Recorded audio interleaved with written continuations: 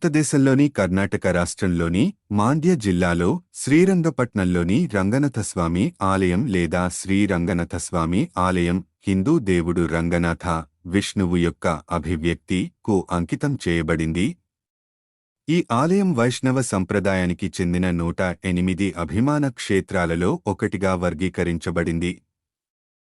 రంగనాథ భక్తుల కోసం కావేరీ నది వెంబడి ఉన్న స్మార్త వైష్ణవులు మరియు శ్రీ వైష్ణవుల 5 ముఖ్యమైన పుణ్యక్షేత్రాలలో ఇది ఒకటి.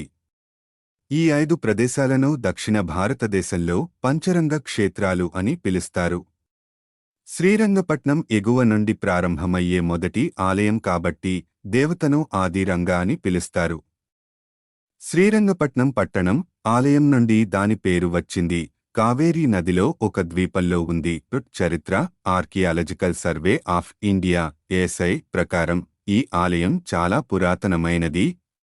ఆలయం వద్ద ఉన్న ఒక శాసనం దీనిని 984 సిఈలో పశ్చిమ గంగా రాజవంశానికి చెందిన సామంతుడైన తిరుమలయ్య అనే స్థానిక అధిపతిచే నిర్మించబడిందని తెలుపుతుంది. శ్రీరంగపట్నంలో దేవత ఉనికి గురించి ఇంతకుముందు ప్రస్తావించబడింది. ఇది ఇప్పటికే ఉన్న రంగనాథస్వామి మందిరం పైన ఒక ఆలయం నిర్మించబడిందని సూచిస్తుంది. 12వ శతాబ్దం ప్రారంభంలో హోయసల రాజు విష్ణువర్ధన ఆర్ 1108 నుంచి 1152 వరకు శ్రీరంగపట్నం గ్రామాన్ని వైష్ణవ సన్యాసి రామానుజాచార్యకు అగ్రహారంగా విద్యాస్థలం మంజూరు చేశాడు. గొప్ప హొయసల రాజు వీరబల్లాలటు 1210 సిఈ శాసనం ఆ సమయంలో ఆలయానికి చేర్పులు మరియు పునర్నిర్మాణాలు జరిగినట్లు నిర్ధారిస్తుంది. ప్రవేశ ద్వారం మీద ఉన్న టవర్ విజయనగర వాస్తుశిల్పానికి అనుగుణంగా ఉంటుంది. చరిత్రకారుడు జార్జ్ మిచెల్ ప్రకారం మైసూర్ రాజ్యానికి చెందిన వడయార్ రాజులు కూడా విరాళాలు అందించారు.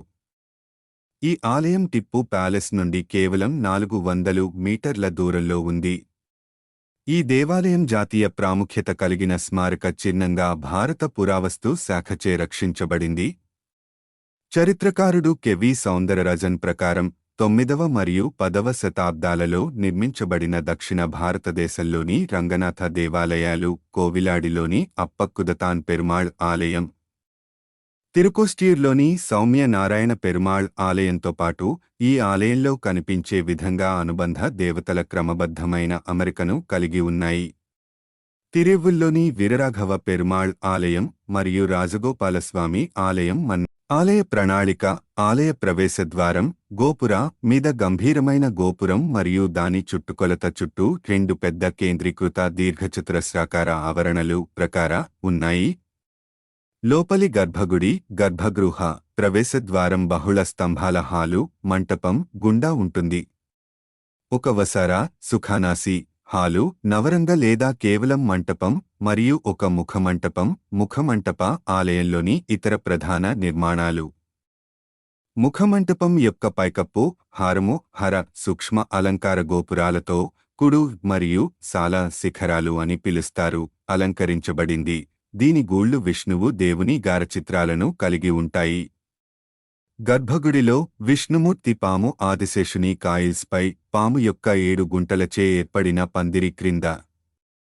అతని భార్య లక్ష్మి అతని పాదాల వద్ద ఉంది. పక్కనే ఉన్న విష్ణువు హిందూ దేవతలకు చెందిన ఇతర దేవతలు శ్రీదేవి, భూదేవి మరియు బ్రహ్మ సృష్టికర్త.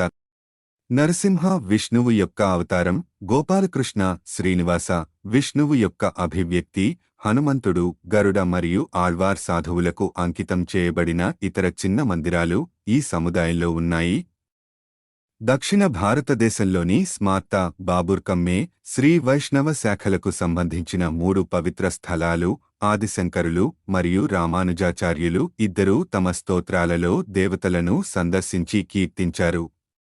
ఈ క్రింది ఆలయాలు రంగనాథ దేవుని పూజించే 5 పవిత్ర స్థలాలుగా పరిగణించబడుతున్నాయి మరియు వాటిని పంచరంగ క్షేత్రం 5 రంగనాథ క్షేత్రం స్థలాలు అని పిలుస్తారు.